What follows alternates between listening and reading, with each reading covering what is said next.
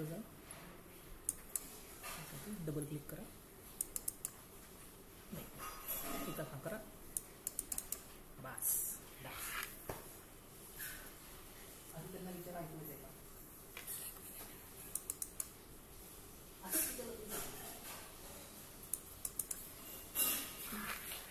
माझा आवाज येतोय का?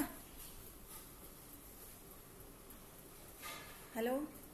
हो आवाज येतोय मॅडम. हो हो.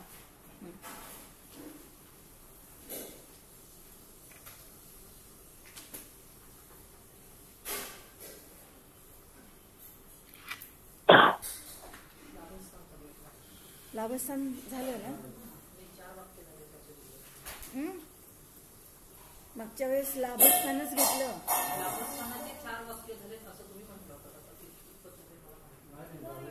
पूर्ण झालं. मागच्या वेळेस पूर्ण लाभस्थानच घेतलं मी.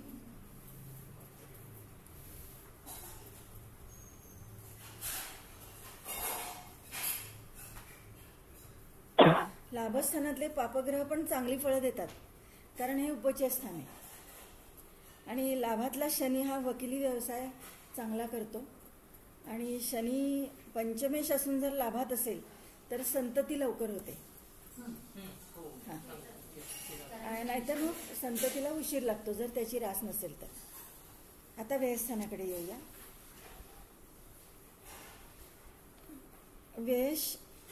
व्ययस्थानावरून आपण काय बघतो?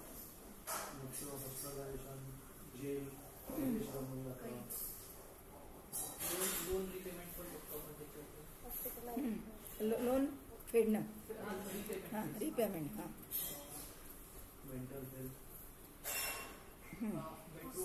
हॉस्पिटल, जेल,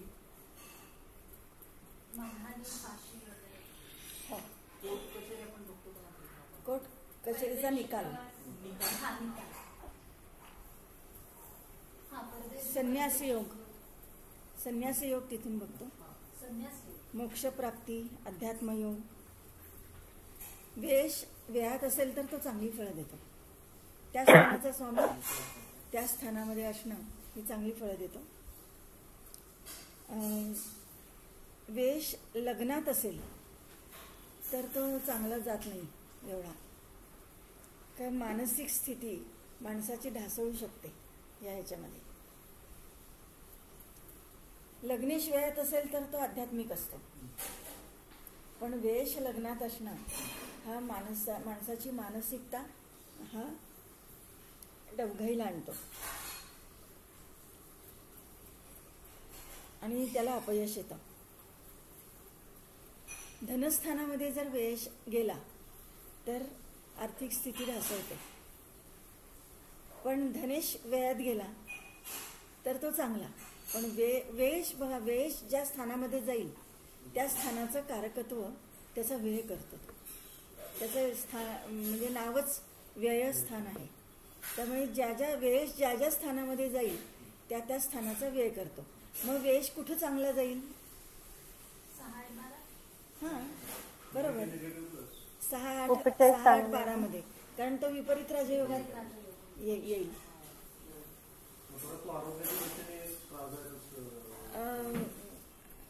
वेश विपरीत राजयोगामधला जाईल तो, पण आरोग्याच्या दृष्टीने तो एवढी चांगली फळं देणार नाही.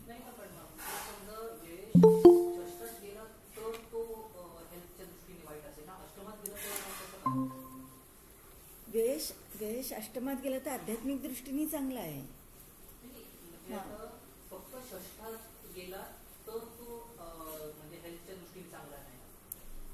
म्हणजे तो हे देणार आहे. वेश षष्ठात गेला तर तो पैशाच्या दृष्टीने चांगली फळं देईल, कारण विपरीत राजयोगात येतो म्हणून. पण आरोग्याच्या दृष्टीने नाही चांगली फळं देणार. मग वेश जर अष्टमात असेल तरी सुद्धा तो चांगला नाहीच आहे. म्हणजे आरोग्य बिघडून त्याच्यामध्येच मृत्यू, वेश अष्टमात असेल तर. पण वेश अष्टमात हा आध्यात्मिक योग खूप चांगला आहे. म्हणजे तो जर मग मेडिटेशन वगैरे करत असेल तर मग ह्याला आपण म्हणतो ना की रोग बरे होतात मेडिटेशनने. मग ते चांगलं आहे. म्हणजे मग ज्यांचा वेश अष्टमात आहे त्यांनी मेडिटेशन हिलिंग या प्रोसिजरमध्ये जावं. म्हणजे मग ते आरोग्य चांगलं राहील त्यांचं. नाहीतर आरोग्य बिघडेल. माझ्या मुलाचा आहे ऍक्च्युली, हां. आणि तो मेडिटेशन करतो का? अरे वा. स्पिरिच्युअल वाटतोय म्हणजे तो थोडासा. हो का? फारच छान आहे.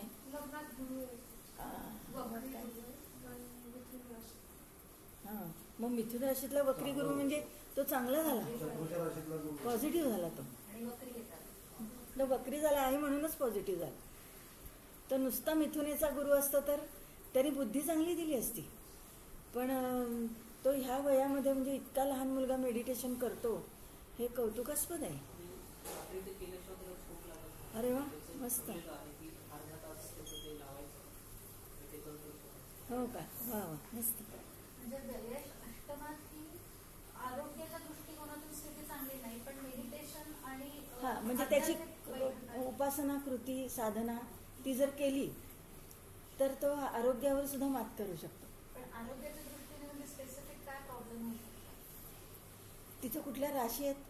फॉर एक्झाम्पल आता दीपेशच्या पत्रिकेमध्ये वेश आणि मिथुन रास, म्हणजे वेश बुध झाला तो अष्टमात आणि तिथे शनीची म्हणजे कुंभ रास. वेश अष्टमात आहे कुंभ राशीमध्ये. हां, म्हणजे हां, म्हणजे पोटऱ्यांचे आजार किंवा अतिविचार, बौद्धिक अतिविचार, कारण तो बुध आहे ना. आता पायाचा त्याला प्रॉब्लेम आहेच आहे, खूप आधीपासून आहे, फ्लॅट फूट आहे तो. ते दिसतं ना आपल्याला, कारण व्ययामध्ये बुध आहे ना तो. हां, म्हणजे व्ययस्थानी वेश व्ययात आहे ना तो. नाही, तो बुध अष्टमात आहे. वेश अष्टमात. हां, बरोबर. पण आध्यात्मिक बैठक त्याची प्रचंड आहे, म्हणजे तो साधनांनी एकूण बसून करतो. हां, मग ते चांगलं आहे ना. हो, ती चांगली गोष्ट आहे. मला आता हे आत्ता तू म्हणली म्हणून मी विचार करते त्या गोष्टीचा की फ्लॅट फूट असणं ह्याचं कारण हे इथल्या नसांमध्ये असू शकतं का? नाही. मग नर्वस सिस्टीमशी रिलेटेड फ्लॅट फूटच्या विषय नाही. फ्लॅट फूट ही जन्मतः असलेली तुमची असू दे ना की जन्मतः असू दे, पण ती स्नायूंशी रिलेटेड, स्नायूशी. हो, ठीक आहे ना, स्नायूशी रिलेटेड आहे. पण मग इथल्या स्नायूंचा संबंध येतो असेल ना. ते तसं नाही मॅम. ऍक्च्युली जेनेटिकली आपल्याला आपल्या आईवडिलांकडून जे येतं तो स्ट्रक्चर बनतो. स्ट्रक्चर मग आता फ्लॅट फूट जर आहे ना तर ह्याचं कुठेतरी लिंकिंग जेनेटिक पण असू शकतं, पण ती शरीराची जन्मतः ठेवण आहे. हां, मला तेच विचारायचं आहे की जी जन्मतः ठेवण आहे, पण त्याचा संबंध तिथल्या ह्या पोटरी म्हणजे गुडघ्याच्या खालचे आणि घोट्याच्या ह्या स्नायूंशी काही येतो का? फ्लॅट फूट असले तर पोटऱ्यांना त्रास होतो. पोटऱ्यांमुळे फ्लॅट फूट होत नाही. कारण फ्लॅट फूट असल्यामुळे आर्च नसते तुम्हाला, त्याचं सगळं प्रेशर तुमच्या वरच्या मसल्सवर येतं आणि अगदी गुडघे आणि कमरेपर्यंत म्हणजे कुठेतरी संबंध येतोय तो, पण तो उलटा येतो. वरून खाली नाही, खालून वरती येतोय. एक रिझन आहे की मिलिटरीमध्ये फ्लॅट फूट वाले लोक घेतच नाही. म्हणजे ते हे बघतात कारण असतं त्यांचं आणि चढणं वगैरे असतं, तर त्या ठिकाणी फ्लॅट फूट वाल्यांचं पोटरे आणि थाईजला इश्यू येतात आणि नंतर इव्हेंच्युअली कमरेत पण इश्यू होतो. सो ही जास्त रनिंग असतं ना तर तो ग्रीप घेऊ शकत नाही, तो फास्ट पळू शकत नाही. त्यांना आर्टिफिशियल आर्च वापरायला लागतं, म्हणजे दिपेशला वापरायला लागतं. हो का? हा, बूट मध्ये त्याला सोल वापरायला लागतं, ज्याला ते कर्वेचर असतं आणि तेव्हा ते सोल करता येतं, म्हणजे त्याचं पाय कमी दुखतं. नॉर्मल केस मध्ये तो 2 मिनिटं पण उभा नाही राहत, तो बसतो. हा, म्हणजे तेच मला जरा विचारायचं होतं की हा, म्हणजे त्याचा जर वेश कुंभ राशीमध्ये आहे, बुध नाही का, कुंभ राशीमध्ये आहे, म्हणजे कुंभ राशी इथे पडते ना, म्हणून मला ते विचारायचं होतं की म्हणजे ते दुखणार म्हणून. मी परत एकदा ना मेडिकली त्या आरतीकडून समजून घेते, त्याचा कुठे ट्रेस काही असेल ना, त्याचा म्हणजे ते एकदा विचारून घे. हो. नाही तर मग तिथे जर कुंभरास आहे तर पोटऱ्या दुखणार. पोटऱ्या हा, दुखतात. अष्टमात कुंभरास आहे आणि तो वेश पण तिथे आहे. म्हणजे मग मी म्हणजे माझ्या अभ्यासासाठी मी हे लावते की व्ययस्थान हे तुमची पावलं आहेत आणि त्याचा स्वामी हा अष्टमात कुंभ राशीमध्ये गेलेला आहे. तर त्याचा त्या म्हणजे फ्लॅट फूटचा आणि याचा संबंध येतो का? आणि तसा संबंध नसेल तर तो उलटा संबंध येऊ शकतो. कारण मग ते पोटऱ्या दुखणार. पावलं आणि पोटऱ्या म्हणजे पावलं मीनरास आणि पोटऱ्या ज्या आहेत कारण त्याचा स्वामी तिथे पडलाय ना. म्हणजे ते दुखणार हे डेफिनेट आहे. पण नक्की खालून वर का वरून खाली का दोन्हीचा एकमेकांशी संबंध आहे. हे जरा मेडिकल मध्ये विचार. तर हा भाग आपल्याला तिथे दिसतो. आणि धनामध्ये जर व्यय आला तर तो धनाचा व्यय करतो. म्हणजे खूप खर्च करतात ही लोक. खर्च करतात किंवा खर्च आपोआप होतो. म्हणजे काही लोक आपल्याला येतात ना विचारायला की एक खर्च झाला त्याच्यातून बाहेर पडतं नाही की दुसरा खर्च तयार आहे माझ्याबरोबर तिथे. तर ते आपल्याला व्यय जेव्हा धनामध्ये असतो तेव्हा आपल्याला ते दिसतं.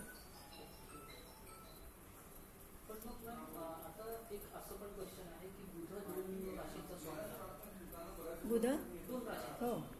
आणि त्यातल्या समजा एक व्ययस्थानाची रास आहे. तर मग हे कन्सिडर करताना आपण कसं करायचं? दोन्ही करायचं की तो ज्या राशीचा स्वामी आहे समजा तो मिथुनीचा असेल तर खांदे दाखवतील. नाही म्हणजे तुम्ही जसं म्हटलं की व्यय धनस्थानात असणार. हा अच्छा व्यय धनामध्ये. हा पण आता व्यय म्हणजे मिथुन रास पण आहे आणि ह्याचा पण आहे. तो असू दे ना कुठलाही. तो त्या राशीचा स्वामी बुध आहे म्हणजे व्यय त्याच्याकडे व्ययश म्हणून बघा. हा तो व्ययश धनस्थानात आहे. तो कुठल्याही राशीचा असू दे तो धनस्थानात आहे म्हणजे धनाचा व्यय तो करणार हे दिसतं आपल्याला. नंतर व्यय सपोज षडाष्टक योगामध्ये किंवा पापकर्तरीमध्ये किंवा अशुभ नवपंचम योगामध्ये असेल तो अजून वाईट फळ देऊ शकतो. हो देणार ना. त्याच्यापासून अष्टमात वेश त्याच्यापासून अष्टमात म्हणजे मग कुठे गेला? सप्तमात आला. मग वेश सप्तमात येणं याचा अर्थ वैवाहिक जीवन तो ढवळून काढेल की नाही किंवा बेडरूम मधलं जीवन तो देणार नाही चांगलं. हा भाग दिसतो आपल्याला. तर वेश त्याच्यापासून षष्ठात किंवा अष्टमात जाणं ही पोझिशन चांगली नाहीच आहे. मग वेश त्याच्यापासून षष्ठात जाणं म्हणजे कुठे गेला? पंचमात गेला. मग पंचमात तिथं संततीला प्रॉब्लेम येऊ शकतो काय किंवा मग संतती जवळ राहतच नाही. संततीचा वेळ होणं म्हणजे काय लगेच ती संतती जाणं असा हा धरायचा नाही. पण संतती आपल्यापासून लांब जाणं किंवा संततीची आपली मतं पटणार नाही असाही भाग होऊ शकतो. हिच्या अपहरणाच्या केसमध्ये शनी दोन ठिकाणांचा कारकत्व आहे. अष्टम स्थानचा पण आणि व्यय स्थानाचा पण दीपेशच्या केसमध्ये. त्यामुळे त्याला शनी अष्टम आणि सप्तम कारकत्व म्हणते. कारक ग्रह अष्टम स्थानचा पण आहे ना शनी. हा अष्टमाचा कारकग्रह शनी आहे. मग अशा ठिकाणी परत बुध पडलाय आणि परत तो अष्टमात पण आहे म्हणजे दोन्ही ठिकाणी त्याचा प्रेझेन्स असं नाही. मग तुम्ही अष्टमेश कुठं बघा ना. तुम्हाला शनी जर बघायचं असेल तर तुम्हाला अष्टमेश चतुर्थात आहे. हां मग अष्टमेश जर चतुर्थात आहे शनी आहे तो हां शनी उच्चीच आहे म्हणजे घरातल्या लोकांची जबाबदारी त्याच्यावर येणारच. हे इथं अगदी क्लिअर कट दाखवतं. म्हणजे तिथं हे करून चालणारच नाही त्याला. आहेच ना तसं नाही का. बहीण आणि म्हणजे आईची असं जबाबदारी म्हणत नाही आपण पण बहिणीची जबाबदारी आहे. म्हणजे हा भाग दिसतो. म्हणजे असं काही नाही की आई वडिलांची जबाबदारी येतेच असं काही नाही. एक 2-3 भावंड असतील तर आई वडील त्या भावाकडेच राहतात कधीतरीच इकडे येतात. त्यांचं मेन ठिकाण दुसऱ्या भावाकडे आहे. म्हणजे ती आपण जबाबदारी नाही म्हणू शकत. पण ह्याचा जर अष्टमेश शनी आहे आणि तो चतुर्थात आहे. तर घरामध्ये मोठी माणसं राहणारच, याच्याच घरात राहणार, जरी याला 4 भावंड असतील तरी. आणि म्हणजे मग अवलंबून असणारी माणसं पण आली. शनी म्हणजे काय झालं, दुसरी अवलंबून असणारी म्हणजे बहीण आहे, मग ती पण आलीच. हे आपल्याला दाखवतं चतुर्थातला शनी. आणि आणखीन एक गोष्ट म्हणजे ती त्रासदायक असतात. हाही भाग आहे. म्हणजे कारण शनी हा कसा आहे, तो अष्टमेश आहे. म्हणजे तो तुळ लग्नाचा योगकारक ग्रह आहे का, तो नाही आहे. तो अष्टमेश म्हणून तिथं बसलेला आहे. म्हणजे तो त्रासदायक आहे. ती माणसं त्रासदायक जातील त्याला. म्हणजे गुप्त कारवाया करणं, शनीकडे गुप्त कारवाया जास्त आहेत. शनी असा समोर काही दाखवत नाही तुम्हाला, ह्या अमुक एक गोष्ट केली आहे म्हणून. सगळ्या म्हणजे गुप्त शत्रू, गुप्त कारवाया ह्या सगळ्या शनीकडे आहेत. हा, तो सप्तमेश आहे. पण तो सप्तमाच्या कुठं जातो, दशमात जातो. हा, म्हणजे मग ठीक आहे ना. हा, सप्तमेश त्याच्यापासून दशमात गेला. तो मकर रास पण आहे ना तिथे. सप्तमात मकर रास. हा, म्हणजे मग तो सप्तमेश चतुर्थात आहे. म्हणजे सप्तमेश सुखस्थानात आहे. सप्तमेश सुखस्थानात जाणं आणि अष्टमेश सुखस्थानात जाणं म्हणजे आता अजून याचा अर्थ काय होतो की सप्तमेश सुखस्थानात आहे पण तो अष्टमेश पण आहे. त्यामुळे म्हणजे जोडीदाराला त्याचा त्रास आहे. म्हणजे जोडीदाराचं सुख त्यामुळं बाधित होते असा भाग. हा, म्हणजे तो अष्टमेश पण आहे. आणि आणखीन एक गोष्ट म्हणजे तुम्ही किती लावाल त्याला की तो कुंभरास ही शनीची आवडीची रास आहे. आणि तो म्हणजे त्या अष्टमातली त्याची आवडीची रास आली. म्हणजे तो अष्टमातली फळं ही तो जास्त देणार आहे चतुर्थामध्ये, सुखस्थानामध्ये. बायकोची बॉन्डिंग पण अजून खूप वाढवणार ना, कारण सप्तम स्थानाचा कारकग्रह शुक्र आहे. आता शुक्राच्या राशीत येतो तुळ राशीत शनी उच्चीचा. त्याची फळं तो चांगली देणार. हा, ते बॉन्डिंग त्यांचं चांगलं राहणार. पण ह्या म्हणजे ते घर आहे ना शेवटी आणि सप्तमेश तिथं पडला त्यामुळं तिथं इलाजच नाही काही. ते सांभाळण्यामध्ये इलाज नाही काही हिला, असा भाग आपल्याला दिसतो. म्हणजे त्रासदायक तर आहे. म्हणजे तो विस्तव आहे, हातात पण धरू शकत नाही आणि खाली टाकू पण शकत नाही असा भाग होतो तिथे. म्हणजे मग तिथे काय की आपण आपल्या स्वतःला अपडेट करणं हेच गरजेचं राहतं. म्हणजे तिथे इलाज कुछ नाही आहे. हा, बस असं आहे, असा भाग दिसतो आपल्याला. तर म्हणजे कसं आहे माहिती आहे का की एक नेहमी लक्षात ठेवायचं की आपल्या सहवासात येणारी माणसं ही ऋणानुबंधानेच येतात आपल्या जीवनामध्ये.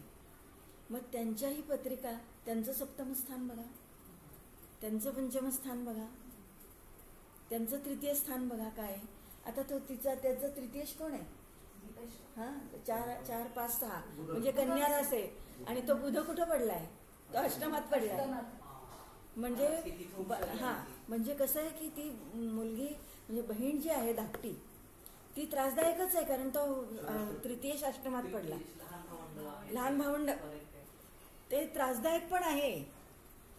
पण तो अष्टमेश चतुर्थात असल्यामुळे ती घरातच राहते आणि तेच तिला त्याला टाकून चालणार नाही, ते सांभाळावंच लागतं किती त्रासदायक असलं तरी. आणि त्याच्यापासून सुख तर काहीच नाही आहे. कारण तृतीयश अष्टमात गेला म्हणजे पटणार नाही, त्याच्यापासून सुख नाही कारण तो चांगल्या स्थानात गेला नाही. आज हा तृतीयश जर भाग्यात असता तर त्या बहिणीने त्याला असं एकदम वरती केलं असतं. म्हणजे एका स्थानाचा फरक आहे का नाही, असा भाग दिसतो. नाही, आपण उपासना का करतो? उपासनामुळे आपण अपडेट होतो. ती परिस्थिती बदलत नाही. नाही कमी नाही, आपल्याला वाटतं कमी झाला, आपण अपडेट होतो. आपली शक्ती होती. आपण अपडेट होतो. म्हणजे त्यांनी त्रास दिला तरी ओके ठीक आहे. कळलंय ना त्याच्यापासून सावध अगदी ऍक्सेप्टन्स आपला जर ऍक्सेप्टन्स वाढला नाही तर आपल्याला अशी चिडचिड होते, त्रास होतो त्याचा खूप. आणि एकदा आपण ऍक्सेप्ट केलं की ह्याला काही इलाज नाही आहे, चला मग म्हणजे आपण म्हणतो ना की असं समोर आलं की असं मागं टाकून द्यायचं, असं असा असा भाग. मग हे केव्हा होतं, जेव्हा आपण आध्यात्मिक होतो तेव्हा. मग आध्यात्मिक म्हणजे काय, अध्यात्म म्हणजे फार मोठी गोष्ट आहे का काही नाही. आपण जी उपासना करतो, जो आपण जप करतो त्यांनीच आपण अपडेट होत असतो. म्हणून बघा अगदी लहानपणी एवढं काय जपाचं, मंत्राचं, श्लोकांचं एवढं महत्त्व कळतं का आपल्याला. मोठ्या माणसांनी सांगितलं म्हणून आपण म्हणत असतो एवढंच. मग त्यांनी सांगितलं म्हणून आपल्याला ती सवय लागते. आणि मग मोठं झाल्यानंतर आपल्याला असं वाटतं की आज समजा काही नको असलेल्या गोष्टी घडल्या तर आपण काय म्हणतो की जरा जाऊ दे, जरा जपाला बसू, जरा शांतता मिळते. म्हणजे हे जाणणं हे आपल्याला मोठं झाल्यावर कळतं, लहान मुलांना नाही कळत. हा भाग आहे. मग हे जाणणं कुठे आहे तर हे चतुर्थ स्थानात नाही आहे, हे अष्टम स्थानात आहे. जे जाणणं आहे ते की मला ह्याच्यामुळे सुख लागतं किंवा माझं आज नाही देवाचं काही झालं तर मला अशी रुखरुख लागून राहते की आज माझं झालं नाही आहे. मग ते झालं की मग हां रिलॅक्स, आज माझं झालं सगळं. मग ती एक मानसिक शांतता ती मनाला मिळते. मग ती म्हणजे बघा अष्टमस्थान हे जसं मानसिक शांतता देणारं स्थान आहे तसं मानसिक शांतता बिघडवणारं पण स्थान आहे. दोन्ही टोकाच्या गोष्टी अष्टमस्थानात आहेत का नाही. तिथं मानसिक अस्वस्थता, मानसिक पीडा म्हणजे मृत्यूवत यातना, तिथं मृत्यूच आहे. पण मग प्रत्येक वेळेस मृत्यू धरायचा का तर नाही. मग लगेच मृत्यू झाला तर भोग केव्हा भोगणार नाही का. त्या मृत्यूवत यातना आहेत. मला एखादी गोष्ट डेस्परेटली हवी आहे आणि ती होत नाही, ती झाली नाही आणि होणार नाही आहे इथून पुढे, ती होणार पण नाही आहे. हे जेव्हा कळतं तेव्हा माणसाला ती टोचणी लागते, असं सारखं टोचणं सारखं. म्हणजे एखाद्या बुटामध्ये खडा गेल्यानंतर ती जी टोचणी आहे ना ती तो खडा काढल्याशिवाय जमत नाही.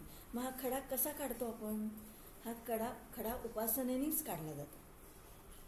आणि मग आपण रिलॅक्स होतो की ठीक आहे. म्हणजे उपासनेने काय होतं, तुमचं ॲक्सेप्टन्स वाढतं. म्हणजे अष्टमच म्हणजे बघा स्थानं कशी आहेत ही, म्हणजे ही आपण जी पत्रिकेतली ही सगळी स्थानं 6, 8, 12 आहे, चांगली स्थानं आहेत. पंचम नवम आहे ही, यांचे स्वामी अष्टमात पडले, पंचम नवमचा स्वामी अष्टमात पडला तर तो काय करणार आहे, तो खडा आहे. तो सारखा टोचणी आहे ती सारखी की नाही नाही झालं नाही आणि त्याला इलाज नाही, काही होणार नाही म्हणलं की मग ते आयुष्यभर टोचणी लागून राहते. पण मग तो उपासना, जप, तप, मेडिटेशन साधना ह्यानीच तुम्ही तुमची मानसिकता तुम्ही दूर करू शकता. म्हणजे दोन टोकाचे जे हे मतप्रवाह आहे हे अष्टमस्थानात आपल्याला दिसतात. आणि अध्यात्माशिवाय शांती नाहीच आहे कुठली. मग तरीसुद्धा 4, 8, 12 ही अध्यात्माची स्थानं, कारण ते प्रवाहाविरुद्ध पोहणे. अध्यात्म म्हणजे प्रवाहाविरुद्ध पोहणं. चतुर्थ स्थान 4, 8, 12 चतुर्थ स्थान काय, पाताळातलं स्थान. तिथं पाताळ आहे, आपण राहतो पृथ्वीवर, पाताळाचा आपला काही संबंध येत नाही. काय आपण जर खड्ड्यात पडलो तर किती यातना होतील आपल्याला. चालता चालता खड्ड्यात पडलो तर काय मोडून जाईल ना सगळं इतकं. असं तो पाताळ आहे. म्हणजे मग ते सुखस्थान पण आहे आणि तो पाताळ पण आहे. पाताळ. मग एक लक्षात घ्या, बोलण्यासारखं अध्यात्मासाठी एवढं आहे. आपण आत्ता तसे कुठे आहोत, आपण चतुर्थ स्थान सुखस्थान आहे, आपण आत्ता पाताळात आहोत. तुम्हाला खरं सुख पाहिजे त्या खड्ड्यातून बाहेर या. त्या खड्ड्यातून बाहेर या म्हणजे अध्यात्माला लागा. पहिली सुरुवात तिथून आहे. खड्ड्यातून बाहेर येणं हे खरं सुख आहे. तुम्ही आता पाताळात आहात. पाताळात आपल्याला आपण तिथंच त्या दलदलीत हे सुख आहे ते सुख आहे करत बसलो. हां, चतुर्थ स्थान ते पाताळातून वर येतात. ते पाताळात आहेत ना. प्रत्येक मनुष्य जन्माला येतो म्हणजे तो पाताळातच जन्माला येतोय. खरं म्हणजे चतुर्थ स्थान म्हणजे घराचं स्थान आहे. आपण म्हणतो तो घरात नवीन मनुष्य आला, तो खरा त्याचा जन्म पाताळात आहे. आणि मग जेव्हा मग घरातली माणसं किंवा मग कुठल्या घरात जन्म घ्यायचा हे सगळं ठरलेलं आहे. तो जीव मागच्या जन्मी कसा आहे, सात्विक आहे का पापी आहे कसा. मग पापी तो गुंडाच्या घरात जन्माला येणार, सात्विक घरामध्ये जन्माला येणार. म्हणजे मग अजून अपग्रेडेशन त्याचं तिथे होऊ शकतं. नाहीतर मग पाताळामध्ये गुंडाच्या घरात जन्माला आला तर अजून खोल पाताळात जाईल तो. मग केव्हा वरती येणार तो, असा भाग आहे. म्हणजे 2 टोकाच्या गोष्टी चतुर्थ स्थानात आहेत. सगळ्यांना सगळ्या अहो सगळ्या घर लांब आलं प्रत्येक माणसाला. हा प्रत्येक भावांना ते लागू पडतं ना की दोन्ही टोकच आहे. चांगलं केलं तर उच्चीची फळ आहे, नाही केलं तर तुम्ही खड्ड्यात जाणार आहे, फिक्स आहे. हो आहे ना. पण हे मी का सांगितलं 4, 8, 12 आपण का बघतोय तो मोक्षाचा त्रिकोण आहे. म्हणजे मी म्हणलं तसं चतुर्थ स्थान पाताळात जन्म. आपल्याला खड्ड्यातून बाहेर यायचं आहे म्हणजे काय की नक्की काय आहे. ही माया आहे, हे आधिभौतिक जग ते सोडायचं आहे आणि तिथून ते सोडायचं आहे पाताळातलं. ती दलदल सोडायची आणि वरती यायचं आहे. मग वर येण्यासाठी काय तिथं अध्यात्माची सुरुवात आहे तिथे. म्हणजे तिथं सुख पण आहे आणि खरं दुःख आहे. बघा जन्माला येताना किती दुःखात जन्म येतो. असा इतकं साधा जन्म आहे का तो. इतकं अवघड आहे जन्म. 9 महिने तिथे राहणं, त्या गर्भाशयामध्ये राहणं त्या बाळाला किती अवघड आहे ते असं. पण तरी सुद्धा आहे ना तो जन्म दिलेला आहे तिथे. म्हणजे तिथं आपण म्हणतो ते सुखस्थान आहे. पण ते सुख आणि दुःख हे 2 टोकाच्या गोष्टी दाखवतात. मृत्यू सगळ्यात वाईट स्थान आहे ते, पण सगळ्यात चांगलं पण स्थान आहे. कारण त्यांनीच तुम्ही मोक्ष मार्गाप्रत जाऊ शकता. चतुर्थाचं पंचम स्थान, अष्टम स्थान चतुर्थाचं पंचम आहे. म्हणजे चतुर्थात तुम्ही अध्यात्माला सुरुवात करत असाल, सुरुवात आणि मग तिथे साधनेला साधना, तिथे साधना, त्याचा अभ्यास, त्याची जाणीव, त्याचं ॲप्रिसिएशन. म्हणजे नक्की काय होणार आहे मला हे अष्टम स्थान सांगतं. आणि 12वं 9वं स्थान. आणि आता 12वं जे स्थान आहे ते व्ययस्थान आहे. मग व्यय भौतिक सुखाच्या दृष्टीने तो सगळ्याचा व्यय आहे. तो मनाचा व्यय आहे, तो पैशाचा व्यय आहे, तो शरीराचा व्यय आहे. म्हणून हॉस्पिटलायझेशन आहे तिथे. सगळ्या गोष्टींचा या जगामध्ये असणाऱ्या आपल्याला आपण जे चांगलं मानतो त्या सगळ्या गोष्टींचा व्यय आपल्याला तिथं दाखवतो. आणि हा सगळा व्यय झाल्याशिवाय मनुष्य मोक्षाप्रत जात नाही. म्हणजे तिथं ती विरक्ती आहे. म्हणजे ही 2 टोकाची स्थान आहेत तिथे. म्हणजे भौतिक गोष्टींचा व्यय हा तिथे दाखवतो आणि ते इन्व्हेस्टमेंटचं स्थान आहे. आज एखाद्या फ्लॅटमध्ये, बंगल्यामध्ये, जमिनीमध्ये इन्व्हेस्ट केलं तर आपल्याला वाटतं हा चला ॲसेट वाढली. पण इथे काय झालं आहे, मागून काय झालेलं आहे, तुमच्याकडची असलेली कॅश संपलेली आहे. तुमच्याकडे असलेलं तुम्ही त्याच्यामध्ये घातलं आणि मग ती ॲसेट झालेली आहे. म्हणजे काहीतरी दिल्याशिवाय काहीतरी मिळणार नाही. पेरल्याशिवाय उगवत नाही म्हणतात तसं तिथं व्यय झाल्याशिवाय तुमचं काहीतरी तुमचं होणार नाही. असं ते व्यवस्थान आहे. धनाचा असेल तर धनाचा व्यय होतो आपण, पण ते इन्व्हेस्टमेंटच्या दृष्टीने चांगलं नाही जाणार. नाही जाणार, कारण तो व्ययच धनात बसला. आज धनेश व्ययात बसला तर तो चांगला जाईल, कारण ते त्याच्यापासूनचं लाभस्थानात बसला. म्हणून पण वेश धनात जाणं म्हणजे त्याच्यापासून तृतीयात गेला तो. मग तृतीय स्थान नाशक स्थान आहे, ते मुळातच नाशक आहे. आणि तिथं धनाचा व्यय आहे, तिथं कुटुंबाचा व्यय आहे, कुटुंबातली माणसं जाणं हा सुद्धा भाग तिथे राहू शकतो. किंवा कुटुंबातल्या माणसांनी त्याला दुःख देणं आणि त्याच्यामुळे त्यांनी घर सोडणं हाही भाग येऊ शकतो त्याच्यामध्ये. हे सगळंच होतं का तर नाही, काहीतरी एक होऊ शकतं. अजून एक असा प्रश्न आहे की 12,000 आपण इन्व्हेस्टमेंटचं पकडतो आणि वेळ समजा धनामध्ये गेला तर असं होऊ शकतं का की ज्या ठिकाणी इन्व्हेस्टमेंट करेल त्या ठिकाणी ते बरोबर रिटर्न्स मिळणार नाही? नाही मिळणार ना, त्याचा व्यय होईल. म्हणजे तिथे इन्व्हेस्ट केले आणि पळून गेला तो. म्हणजे तसं काहीतरी म्हणजेच काय झाला, तुमच्या धनाचा व्यय झाला ना. म्हणजे इन्व्हेस्टमेंटच्या दृष्टीने होईल का मॅम ते? बिकॉज 12,000 अरे तुम्ही इन्व्हेस्टमेंट करता म्हणजे कुठं तरी करता ना तुम्ही. ती आज लँडमध्ये केली समजा इन्व्हेस्टमेंट आणि ती लँड नंतर तुमच्या ते ह्याच्यामध्ये लिटिगेशनमध्ये आली किंवा गव्हर्नमेंटमध्ये तिथून रस्ता करायचा आहे, ते किती तुम्हाला फुटकळ पैसे देतात. असं काय तुम्हाला जेवढं पाहिजे तेवढे देतात का? ते त्यांच्या ह्याच्याप्रमाणे देतात. जेव्हा आपल्या लँडची किंमत आपण ठरवतो तेव्हा आपल्याला चांगले पैसे मिळतील. ते ठरवणार आहेत. ती रोड वायडिंगमध्ये जाणार जागा त्यांच्या हिशोबाप्रमाणे ते घ्यावेच लागणार आहेत तुम्हाला. तुम्हाला असं म्हणता का नाही आम्हाला एवढे पाहिजेत म्हणून?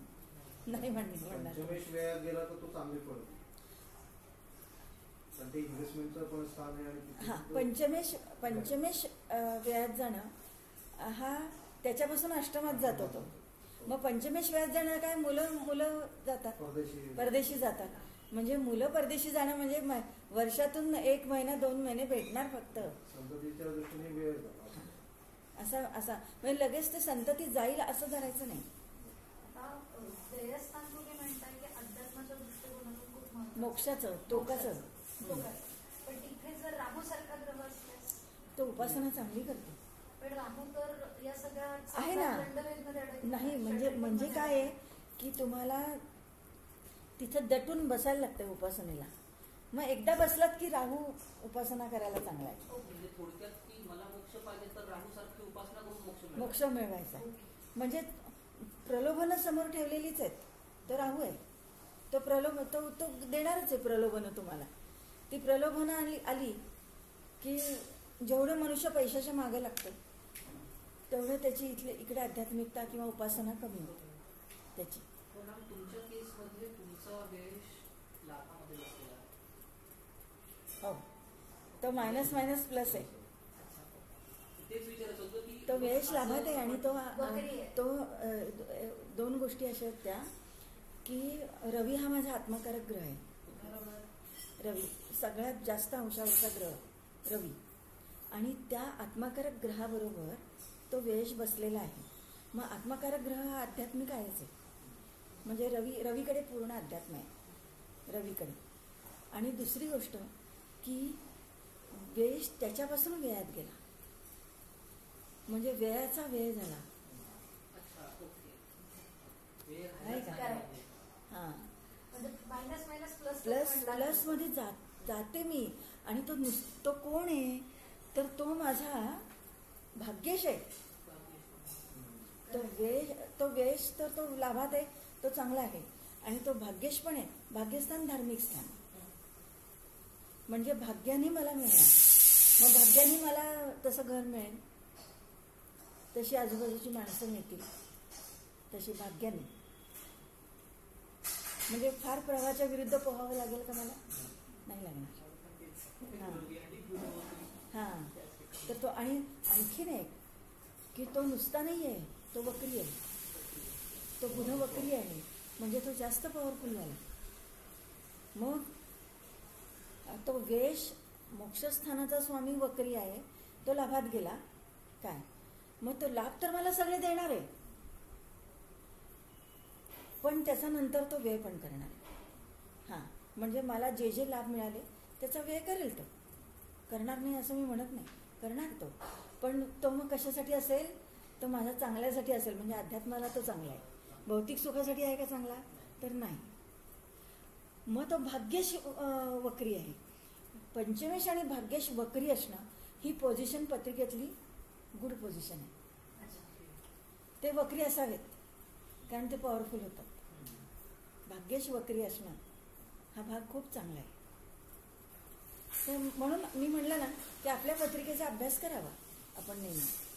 आणि आणखीन एक गोष्ट म्हणजे आता तू हे काढलं म्हणून की तो माझा लग्नेशाच्या नक्षत्रात आहे. तो पूर्वा नक्षत्रातला आहे बुध. मग माझा तो कोण आहे तर तो लग्नेश पण आहे आणि तो अष्टमेश पण आहे. काय मग तो अष्टमेश पण आहे. मानसिक यातना त्यांनी दिला नाहीत का मला? दिल्या, भरपूर दिल्या, भरपूर दिल्या, भरपूर दिल्या. म्हणजे सांगू शकत नाही एवढ्या दिल्या. पण त्याच्यामुळेच ज्यांनी मला त्या यातना दिल्या त्यांना भरपूर धन्यवाद आहेत की त्यांच्यामुळेच जास्त अध्यात्माकडे ओढ घेतली. हा भाग दिसतो आपल्याला. म्हणजे तो जेव्हा माणसाला यातना होतात तेव्हा तो असं शोधत राहतो की मला मग सुख मिळेल कुठे.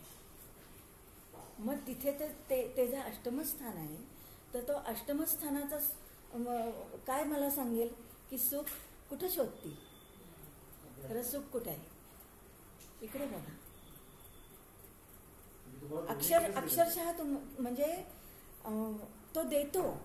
ते कसं देतो तुम्हाला सांगते की एक अशी टोकाची गोष्ट घडली आयुष्यामध्ये, एवढी टोकाची गोष्ट घडली की आता काय मरायचं का काय आता असं झालं. आणि ती गोष्ट घडल्यानंतर 1 तासाने माझी वहिनी आली बरं का. वहिनी आली आणि तिने मी तिला म्हटलं होतं की तू काउंटर आणलीस ना ते, तेव्हा मला माहीत नव्हतं कुठं मिळतात काय. त्यांच्या तिथे त्या बापूंच्या इथे ते मिळतात. तर ती 1 तासाने आली आणि तिने तो काउंटर मला दिला बरं का. आणि अनिरुद्ध बापूंचं ते जपाचं पुस्तक आहे. ते मी खूप वर्ष झाली कधी रोज 1 पान कधीतरी म्हणजे लिहिते मी. रोज 1 पान असा नियम असा नाही आहे, पण मला वेळ असला की 1 पान लिहून काढायचं. त्याच्यात जप आहेत सगळ्या प्रकारचे. तर ते पुस्तक आणि तो काउंटर मला दिला. काय इंडिकेशन आहे? काय इतकं टोकाचं झालंय ना. तर आता ह्याच्या नादी लागा तुम्ही, ह्यानीच तुला शांतता मिळेल. हे असे म्हणजे तो भाग्येश आहे, तो वक्री आहे, तो लाभात आहे आणि तो वेश पण लाभात आहे. तो मला या इंडिकेशन देतो आणि मला तो मार्गावर नेतो. मग मी म्हणते ठीक आहे ना, मस्त आहे आपली पत्रिका, छान आहे. पॉझिटिव्ह अँगलनी एखाद्या गोष्टीकडे आपण बघितलं ना तर आपण खूप म्हणजे सुखावं होतं आपल्याला. हे लक्षात घ्या. हा भाग आहे. त्यामुळे मी म्हटलं ना की ठीक आहे माझ्यासारखी सगळ्यांची पत्रिका नसते, पण काहीतरी असतं ना त्याच्यामध्ये, तर ते आपल्याला शोधून काढा. एवढं तुम्हाला मरेस्तोवर शिकवलंय ना तर ते शोधून काढा की काय आहे नक्की आपल्या पत्रिकेमध्ये आणि आपल्याला काय करायचं हे शोधून काढा. नक्की काय आहे, काय करतोय, काय होणार आहे आणि मग आता नक्की आपल्याला सोल्युशन काय आहे त्याच्यावर हे आपल्या पत्रिकेतलं शोधा. बस झालं. कशाला दुसऱ्यांच्या पत्रिकेंची हमाली करायची. आपल्या पत्रिकेतली केली तरी जीवन सुरळीत होऊन जाते. लक्षात आलं? होतं मॅम. आता पण जेव्हा बसतो ना अनालिसिस करायला मध्येच एखादा पॉईंट असा कळतो की अरे ही लक्षातच नाही आलं 1 दिवसात. म्हणजे आता 1-1.5 महिने आधी मला कळालं की माझा मंगळ वर्गोत्तम आहे. इतके दिवस रीड करतोय नवाज कुंडली नाही होणार. त्याचं कारण असं आहे की ज्योतिष विद्या ही अष्टमस्थानातली. ही अष्टमस्थान काय गूढ आहे हे तुम्हाला असं लगेच तुम्हाला असं ताटात देणार का? बघा नाही. तुम्हाला तुम्ही जेवढं खोल जाल, जेवढं तुम्ही संशोधन कराल ना, आपल्याच पत्रिकेचं संशोधन एवढं होत नाही पटकन. काय आता माझं कसं मी जसं तुम्हाला सांगितलं की तुमच्या पत्रिकेचं माझे सगळे माझे ग्रह, सगळ्या ग्रहांची नक्षत्र हे सगळं माझे पाठ आहेत. म्हणजे आता मी जसं सांगितलं की माझा हे आणखीन एक माझा बुध शुक्राच्या नक्षत्रात आहे आणि माझा केतू पण शुक्राच्या नक्षत्रात आहे, जो सप्तमात आहे. काय आहे, चंद्र बघा शिकवलंय, चंद्र ज्या स्थानामध्ये असतो ना तुमचा, त्या स्थानासंबंधी तुम्हाला प्रचंड ममत्व असतं. माझा सप्तमात चंद्र आहे म्हणजे नवऱ्यावर प्रचंड प्रेम आहे आणि ते सोडा, कारण केतू आलाय त्याच्यामध्ये. चंद्र केतू कॉम्बिनेशन आलेलं आहे, चंद्र केतू. आणि ठीक आहे आतापर्यंत ठीक आहे, पण आता चंद्र केतू हा वयवर्षे 48च्या पुढे काम करतो केतू. मग चंद्र केतू कॉम्बिनेशन आहे, तो विरक्ती देतोय आणि तो शुक्राच्या नक्षत्रात आहे. म्हणजे शुक्र कोण आहे माझा, तो लग्नेश आहे, तसा तो अष्टमेश पण आहे. आणि तो केतू आहे, केतू अष्टमेशाच्या नक्षत्रात आहे. म्हणजे मी तो लग्नेशाच्या नक्षत्रात म्हणणार नाही, आता मी म्हणणार केतू अष्टमेशाच्या नक्षत्रात आहे. इतके दिवस म्हणत होते लग्नेशाच्या नक्षत्रात आहे, आता मी म्हणणार केतू अष्टमेशाच्या नक्षत्रात आहे आणि वेश अष्टमेशाच्या नक्षत्रात आहे. मी जर असं म्हटलं तर माझी ती वाटचाल तिथं आहे. लक्षात आलं का? आपला म्हणजे प्रत्येकाचं ग्लास भरलेला आहे, तो अर्धा भरलेला आहे का अर्धा रिकामा आहे काय? इतके दिवस मी भरलेला म्हणजे म्हणत होते, आता मी म्हणते रिकामा आहे. करा हे, हा भाग येतो आपल्याला तिथे. त्यामुळं नेमका आपल्या पत्रिकेचा अभ्यास करणं हे अतिशय महत्त्वाचं आहे. लोक सांगतात, आत्ता परवा मी एक व्हिडिओ ऐकला, त्याच्यामुळे म्हणले आपली पत्रिका नका बघू. मी बंद करून टाकलं. म्हटलं का नका बघू, डॉक्टरसारखं झालं पाहिजे आपल्याला. की ठीक आहे ना, की एक वेळ असं आहे की आपण मनुष्य होतो, डॉक्टर आहे आणि बायकोचं किंवा मुलाचं ऑपरेशन करायचं आहे. आयत्या वेळेस हात थरथर कापू शकतो त्याचा, पण राहा ना उभा तिथे, दुसऱ्या डॉक्टरला करू देत त्याला, पण तू उभा राहा तिथे. तुझी मानसिकता झाली पाहिजे ती, की काय करायचं आहे. म्हणजे मग तो तुझा मुलगा आहे म्हणून तुझा हात कापतो, तो कुणाचा तरी मुलगा आहे त्याचंही तुला ऑपरेशन करायचं आहे. हे वसुधैव कुटुंबकम हे केव्हा होणार नाही का? हे सगळ्याचं म्हणजे आपण म्हणतो आपला मुलगा आहे म्हणून तुझा हात कापतो. मग ते ममत्व तिथं नकोच आहे. हेच शनी महाराज सांगतात ना. जरा 4-8-12 क्लास संपलेला आहे आज. एकच प्रश्न होता, आपण म्हणालो की आपण चांगल्या घरात जन्माला आलो की नाही आपल्याला पत्रिकेवरनं कळतं, मग त्यासाठी आपल्याला नेपच्यून हर्षल लोकांची पोझिशन बघायची ना, ते काम करतात ना, बघायची.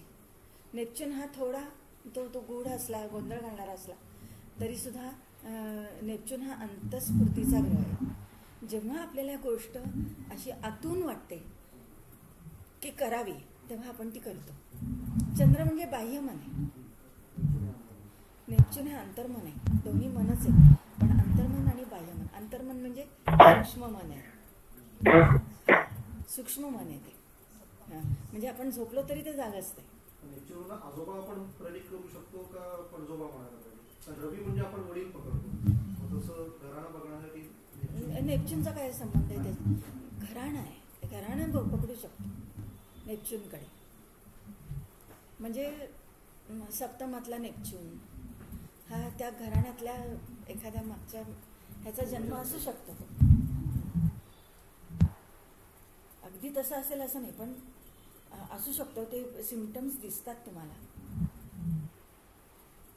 आणि मग कसं आहे, तो घराण्यातला जन्म असेल ना ते, तर त्याच्या इच्छा राहिलेल्या आहेत म्हणून तो परत तिथे त्या ह्याच्यामध्ये जन्म घेतो. मग त्याची सुखदुःख भोगायला लागतात ना त्या जीवाला.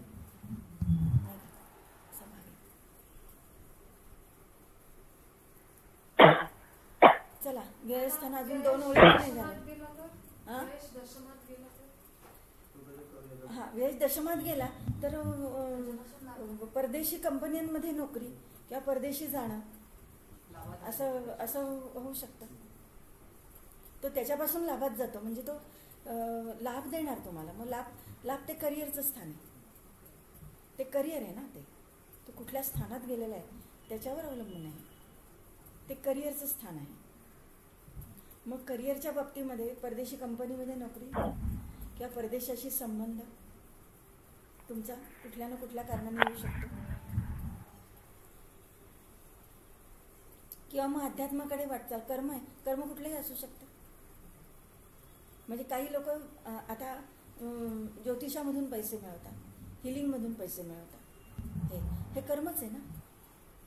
मग ते कर्म पण त्याच्यातून पण असू शकतं. कारण ही सगळी आध्यात्मिक बेसची ऑकल्ट सायन्स सगळी कशाची आहेत, हे आध्यात्मिक आहेत ही सगळी. आणि तिथं तुम्ही उगीच कोणाला आपला हात देते तुला हिलिंगचं, काही करायचं नाही, देते हिलिंग आणि घेतले पैसे, असं नाही आहे ना. ते तुम्हाला ॲक्च्युअल हिलिंग दिलं तर तुम्हाला तुमच्या ह्याला फायदा आहे ना. तर मग तसं जर तुम्ही केलं हे म्हणजे आता ज्योतिष पत्रिका बघितल्यानंतर काही काही वेळेस असं होतं म्हणजे की सुटत नाही पत्रिका, ती पटकन सुटत नाही. समोर मनुष्य तर बसला आहे, मग त्याला सांगा काहीतरी आपलं, हे चुकीचं आहे. म्हणजे काहीतरी सांगून नाही तो तुमच्यावर विश्वास ठेवून आलेला आणि तुमच्यावर त्याचं बरंचसं काही अवलंबून असतं. की इतके टोकाचे प्रश्न घेऊन येतात की तुम्ही सांगितलं तर करणार, नाही तर करणार नाही. अशा अनेक आत्महत्या वाचवलेल्या आहेत. हां, की तुम्ही म्हणजे तुम्ही जर आता काही विचित्र सांगितलं असतं तर घरी जाऊन आम्ही मरणार होतो असं आपल्याला. त्यामुळं ही जी अष्टमस्थानातली सायन्स आहे ही ऑकल्ट सायन्स म्हणतो. मग तिथं हिलिंग आहे, ज्योतिष आहे, ज्योतिषाच्या सगळ्या शाखा आहेत. तुम्हाला मी चुकीचं नाही शिकवू शकत, मी आता शिकवते म्हणजे ते करिअर माझं ज्योतिष असं म्हणून चुकीचं नाही शिकवायचं आहे काय. आणि कसं आहे की अष्टमस्थान आहे, मग ते अष्टमस्थानाची या सायन्सला जर मी हात घातलेला आहे काय आणि ते तर त्याचा जो परिणाम आहे तर तो मग चांगला नाही. म्हणजे मग ते कुठं काम करणार आहे तर ते मनावर काम करणार.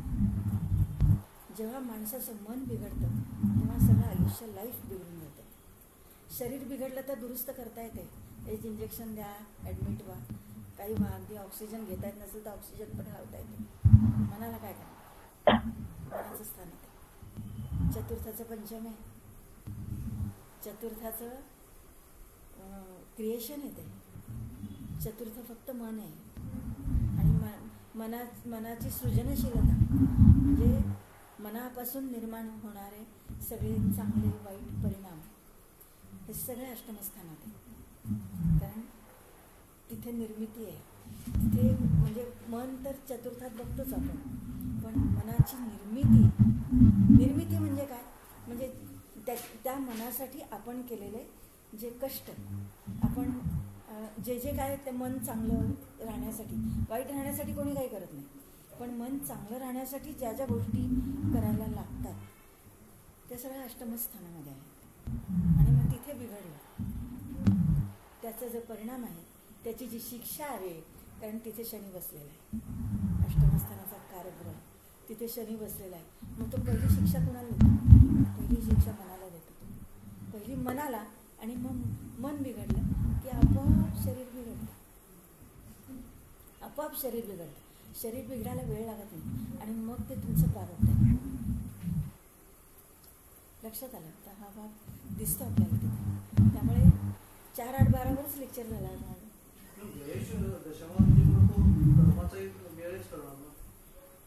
काय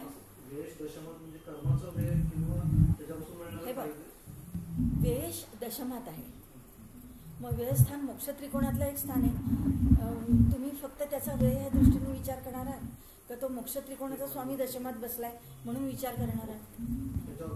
तुमचा दृष्टिकोन काय आहे आत्ताच शिकवला. तुमचा दृष्टिकोन काय आहे म्हणजे तुम्ही कर्म कुठलंही करा. आज वेश दशमात असेल आणि ऑफिसच्या वेळेमध्ये मॅटिनीला जाऊन बसला इथे, याची शिक्षा आहे, कारण तिथेही शनी बसलेला आहे ना, दशमस्थानाचा शनी आहे ना. नाही चालणार नाही तिथे, त्याची लगेच शिक्षा आहे, लगेच खाली ओढतोच तो खाली. नाहीतर मग प्रमोशन आहे.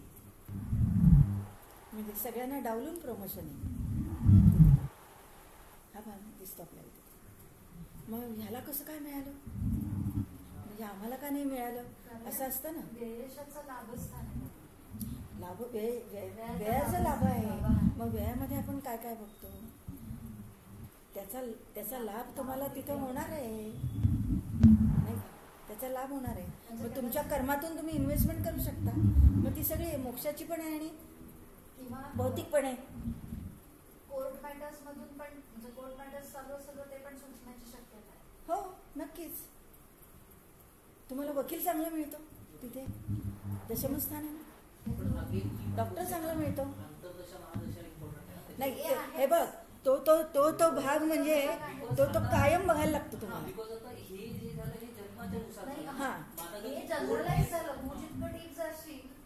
नाही मी काय म्हणलं की तुमची मूळ पत्रिका तुम्हाला काय सांगते की तुम्ही कशासाठी जन्माला आलेला आहात, नक्की ग्रहांचं इंडिकेशन तुम्हाला काय आहे काय हे तुम्ही बघा. मग ग्रहांचं इंडिकेशन म्हणजे कुठल्या वेळेस काय होणार आहे हे तुम्हाला गोचर आणि महादशा अंतर्दशा सांगते. अष्टमात मंगळ आहे, केव्हा तरी ॲक्सिडेंट होणार आहे. मग रोज ॲक्सिडेंट होतो का अष्टमात मंगळ आहे म्हणून? नाही होणार. गोचरीने तिथून मंगळ गेला, गोचरीने तिथून हर्षल गेला काय, किंवा मंगळाची महादशा मंगळाची अंतर्दशा जेव्हा असेल तेव्हा हे ग्रहांचं इंडिकेशन आहे आपल्याला की नक्की काय करायला पाहिजे.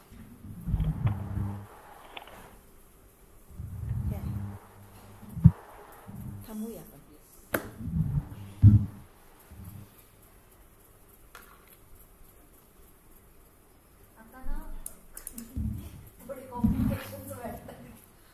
काही नाही कॉम्प्लिकेशन्स वाढत. मी ॲक्च्युअल तुम्हाला तुमच्या जन्माच्या वेळची पत्रिका मी आत्ता सांगितली की स्थानं काय आहेत हे मागच्या वेळेस शिकवलंच तुम्हाला. म्हणजे भाव काय बोलतात, ग्रह काय बोलतात, त्या स्थानाचा ग्रह ह्या स्थानामध्ये गेला तर हे होतं, हे सगळं शिकवलं.